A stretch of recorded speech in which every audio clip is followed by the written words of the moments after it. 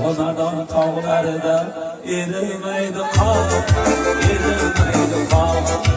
Orqasidan chaqirsam qaramaydi yore, qaramaydi yor. Qarasa qaramasa na parvoyim bor, na parvoyim bor.